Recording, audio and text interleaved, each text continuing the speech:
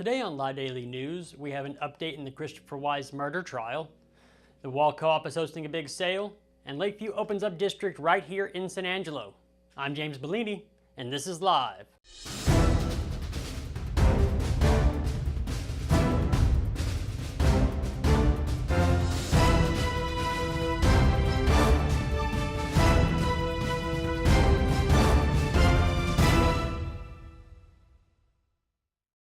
We'll get to the news in a minute, but first, have you voted yet? Voting is our duty as citizens of this country to preserve our liberty.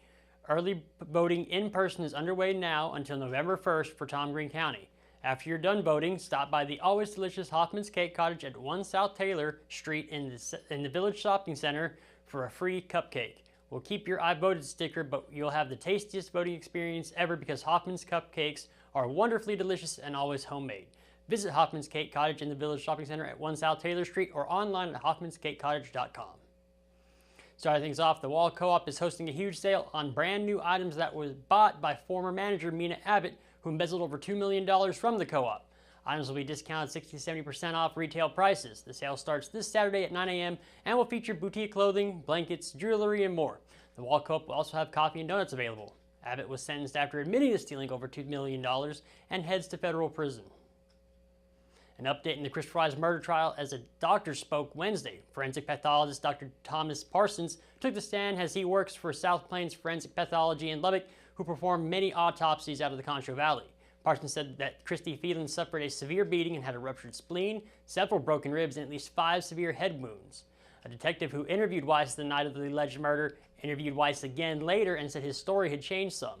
San Angelo Live will have updates on this trial as it continues. Have you downloaded the San Angelo Live mobile app yet? It's free and it's the best app in the business. Download it off the Apple App Store or the Google Play Store. Stay up to date with news in San Angelo. And the Lakeview Chiefs start district play this week against the Pecos Eagles right here in San Angelo. The Chiefs are in a 4-team district, so with a win they could make a bid to be the first seed and win a district championship. Pecos won't go down without a fight though, as quarterback Colt Saldago has thrown for over 1,100 yards so far. But the Chiefs also featured Chris Alviso at quarterback, who has a great connection with Brylan White and Francisco Ramirez. Lakeview and Pecos kick off at San Angelo Stadium at 7 p.m. tomorrow.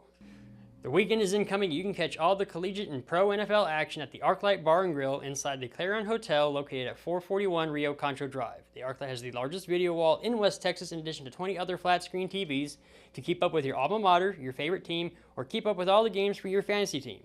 The ArcLight Bar and Grill also has daily drink specials and specials from the kitchen. The ArcLight Bar and Grill, located inside the Clarion Hotel at 441 Rio Concho Drive in San Angelo. Into weather, it looks like a decently warm weekend ahead for us here in San Angelo. Right now it's 89 degrees outside and the low tonight is 61. Tomorrow the high reaches up to 84 and then dips down to 56. And then over the weekend, Saturday we'll have the high jump up to 83 and then it jumps down to 56 overnight. On Sunday things heat up just a bit though with a high of 89 and the low will be 60. When we come back, Ryan Chadwick spoke with Brylan White out at the Wall Hawks practice yesterday, and then Kimberly Adams with ASU is here to talk about homecoming week, all the activities going on there at ASU this weekend. But first, a word from the Bass Bunch. $59,999 for a new Ford Expedition XLT. Get a full-size 3-row seating SUV for the family that needs a lot of room. Equipped with a moonroof, second-row captain seats, along with many more features, make it the absolute perfect SUV. You can only get deals like this at Jim Bass Ford, Houston Hart and Arden Road, or shop 24/7 at bassbunch.com, or use this QR code. Yep, the one on my shirt. Okay, joining me is Craig Slaughter, head coach of the Wall Hawks. After another dominant victory over Coahoma, entering another district matchup against Great Creek this week. Coach, this Hawks team just continues to roll. First off, let's go into last week a little bit. I don't think anyone really expected that outcome. No, I didn't either. Coahoma was coming off of a, kind of a tough loss, and credit to Great Creek, played themselves off last week, or, against those guys. I think we just the strength of that schedule probably showed. We played so many quality teams, and, our kids played really solid on Friday for sure. And, Coach, headed into this one, Great Creek is not the same team that they were last season. Yeah. And it's not a game. Of course, you never want to look over it. You never look past anybody, but you especially can't this year because if Great Creek, does things they want to do, then they're a headache to deal with. Just talk about the Eagles for a minute. Dude, so impressed it is. When we told our kids, credit to them. A lot of times you get somebody's roster, you see, a lot of, freshmen, maybe, a handful of sophomores, and those guys have done a great job. It's not a young roster, and you can tell when you turn the film on, those kids have physically matured, and they have some good players. And again, they, I know it didn't go their way last week, but, 2 weeks ago, they played awesome. And, props to the development of their program, because, again, you can tell it's an older crew. Doubling a win total will do that for you. Right? No, yeah, credit to them. I mean, again, I actually texted Coach Teal on that Friday night, a couple weeks ago, because, that's a big win for their program. And, we obviously, we told our kids, our goal is, I don't want to see those guys, all cranked up and playing hot. They have a big kid that plays some sniffer back. If those big kids get rumbling, that sideline has a good time with that. When I told our kids, how would y'all feel if one of our old linemen, got a touchdown? It's the whole goal is, you play and don't let those guys get cranked up. We hope. Mm-hmm. And Coach, headed into this one, it seems like your offense continues to take steps forward. It's almost like y'all add a new little wrinkle every week. Is this a team that can truly just carry itself with momentum into the playoffs and beyond? Man, I hope so. And again, credit to Launderholm, our offensive staff, the kids. We did a lot of good on good this week, and it's frustrating trying to stop those guys because the O-line is protecting good. York is a straight-up passing donkey, and those receivers, are good. That's a tough combination to deal with, and it is at practice. It's hard for me not to get frustrated, just because they're a tough group to get off the field, and I hope when it matters most in those big games that people have trouble stopping them like I do, at practice. So let's talk about your receiving core for a minute. I think headed into this season, everyone kind of knew that Briggs Jones was going to be a headache to deal with, right? Yeah. But another guy who's just completely stepped up, I'm not going to say out of nowhere because I'm sure you've seen how hard he works, is Reed Robertson. Like, he's fast, he can jump, he can catch. Just talk about him for a minute. The killer year, knock on wood, the kid's going to catch 1,300 to 1,400 yards and, double-digit touchdowns. Reed is one of those just freakish athletes. In basketball and track, if you saw him, it's not like it came from nowhere. He's a dude, but he's one of those dudes that's not covered when he's covered. You can throw the ball a certain place, and no matter, you can pause the film and I can move my kids around, and I still take Reed's chances. He's an absolute ball in the air. A 50-50 ball is more like 80-20 with that kid, and he's a special player for sure. And finally, Coach, on the defensive side of the ball, you're going to have to control Great Creek's offensive line to really shut down what they want to do. Just talk about your D-line for a minute and what y'all have planned for them. They definitely are a ground-and-pound football team, that they're going to take all the time off of that play clock, but they still call plays huddled up, and but they run. It is a very power running game, and again, it's weird formations. It's tackle over, so you have to kind of identify the front and get your kids lined up. But, our three starting D-linemen are Brylan White, Lane Stansbury, and Weston Scandalari. I'll take my chances with those kids, and there's obviously a handful of kids that rotate in there, but I expect those guys to have a big night, a big season, and let's go get after it. All right, Coach. Well, good luck this weekend. Appreciate it, man. Thank you, sir. Appreciate it. Dang, I was watching. All right, joining me is Wallhawks defensive end Brylan White, one of the center points and strong suits of this vaunted Wall defense that really has just been dominating over the past 4 or 5 seasons. Now in your senior year, Brylan, just talk to me a little bit about what it means to be one of the leaders on this defense, as before when we've had you on, it's like you're coming up. Being a leader, you got to show up early. You got to be the last one to leave. You got to make sure everyone's doing everything right, make no mistakes, and just being the motivation for the team. Yeah, and of course you are the motivation for this team that like where opponents are not scoring against y'all this year. And there was a little bit of worry when the season started about how this new offense would affect the defense, but it seems like that y'all are just kind of lockstep as y'all were last year. Just what is your favorite part about playing on this defense? The energy and how the people that we have on there. The people we have on there are dogs. They put the work in on and off the field when the coaches aren't there, when they're there. It's just the mentality. And still getting after the quarterback is some of your favorite stuff? Yes, sir. All right, man. Shout out some of the other guys that really make this defense work. Middle linebacker, Ethan Mickowitz. My other defensive end, Lane Stansbury. QB1, Landon York. Our entire O-line, our entire D-line, we wouldn't be able to do it without any of them. That's what I'm talking about, man. Now, you had a big win over Coahoma last week, have another district game against Great Creek this week. Now, this isn't the Great Creek of old. Like, they're actually playing some pretty good football this year. Is there anything special that y'all are doing to prepare for these guys? We're doing the same pre-game stuff. We're working out, practicing, going over plays, and just same as usual. So is it one of those things where you're like, not looking ahead, but we're just here to take care of business? Yes, sir. All right, man. Well, hey, thanks for taking the time and letting us get to know you a little bit better, and good luck this week. Yes, sir. Thank you. Appreciate it, brother. Yes, sir. It's always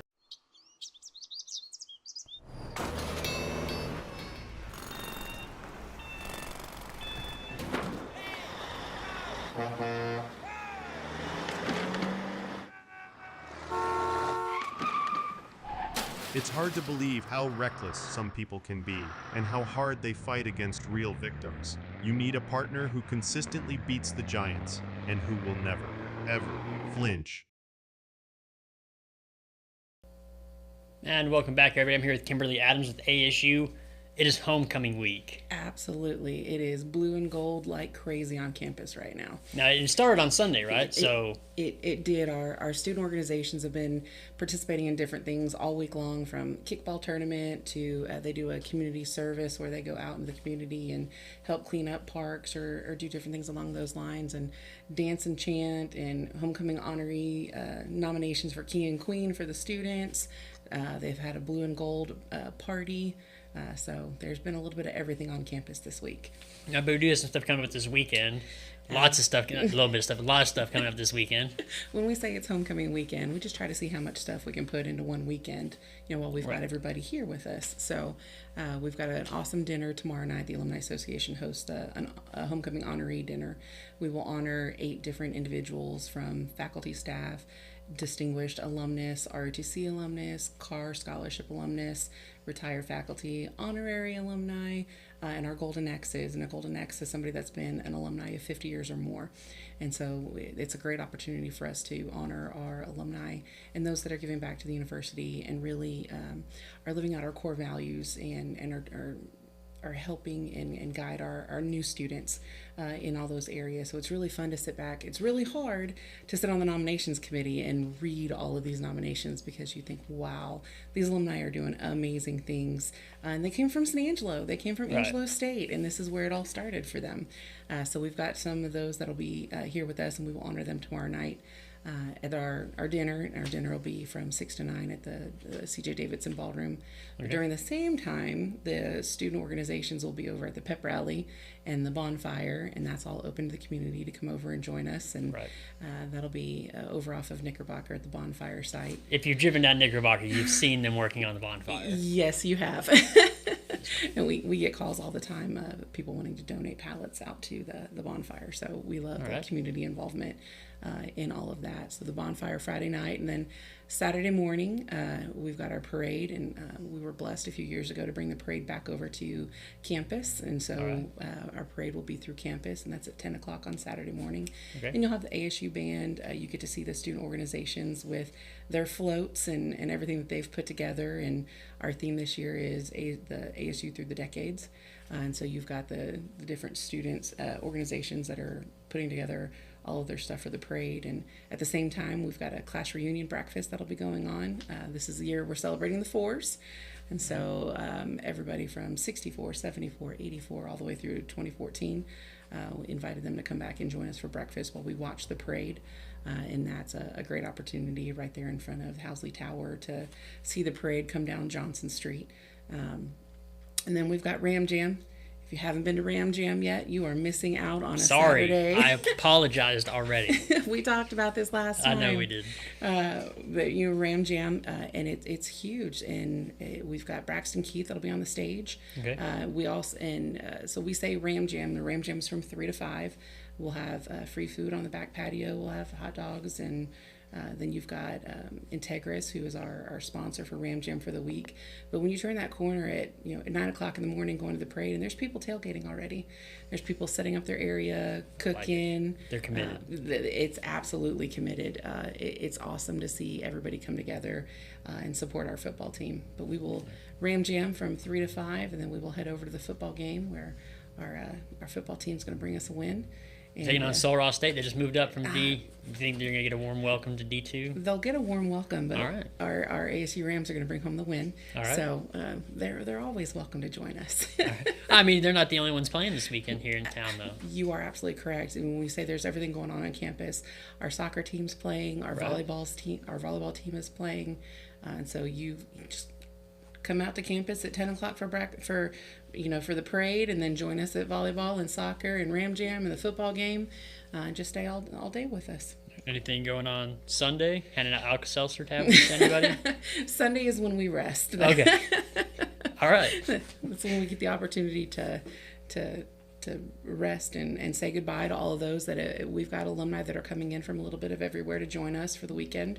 And so that's normally the lunch at a local restaurant before everybody hits the highway heading home. Well, I mean, you said there's, 51,000 alumni and 1,200 are in San Angelo? No, or 12,000 are in San yeah, Angelo? We've got a lot right here in our own backyard, but a lot of them do go off to do other things in other cities, and they like to come back and visit with us. All right. Well, Ms. Adams, did we miss anything? If we did miss anything, you can give us a shout at the Alumni Association at 942-2122, or any of the homecoming festivities are all online at angelo.edu/homecoming. All right. Well, Ms. Adams, thank you for coming in today. Absolutely. Thank you so much. We'll see you at Ram Jam this time. Yes, ma'am. Yes, ma'am. Back to you guys. When it comes to unique pieces you can't find anywhere else, Kano's Diamonds and Coins is your one-stop shop. With over 24 years in the diamond and coin industry, Kano's Diamonds and Coins is West Texas's choice for diamonds, jewelry, coins, silver, and gold. Owner Bill Kano stands by his work and offers free consultations, including estate jewelry. Don't just trust anyone with your valuables. Come see the staff at Kano's at 1016 West Beauregard in San Angelo. Thank you for watching the Live Daily News Show, the only locally owned news show in the Concho Valley. Go like us on Facebook, X, and other social media platforms, and download the San Angelo Live mobile app to stay up to date with news from in and around the Concho Valley. Thanks again, and Cover One returns tomorrow.